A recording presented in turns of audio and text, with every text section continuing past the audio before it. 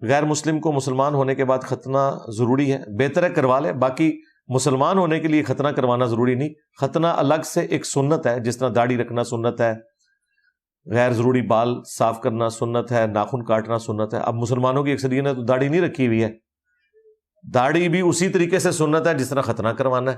لیکن عجیب بات ہے کہ داڑھی منڈے کو کوئی نہیں کہتے یہ مسلمان ہی نہیں بیٹھا ہوا، اور جس نے ختنہ نہ کروایا وہ کہتے ہیں یہ مسلمان ہی نہیں بیٹھا ہوا۔ وہ ایک سمبل، نشانی، ریچولز ہیں، رسومات بنا دی ہوئی ہیں۔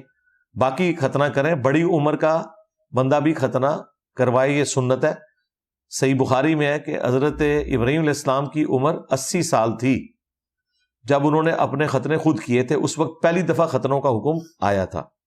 تو حضرت ابراہیم علیہ السلام کے بھی ختنے کوئی نہیں ہوئے ہوئے تھے 80 سال کی عمر تک، تو مسلمان ہی تھے، بے فکر رہیں آپ۔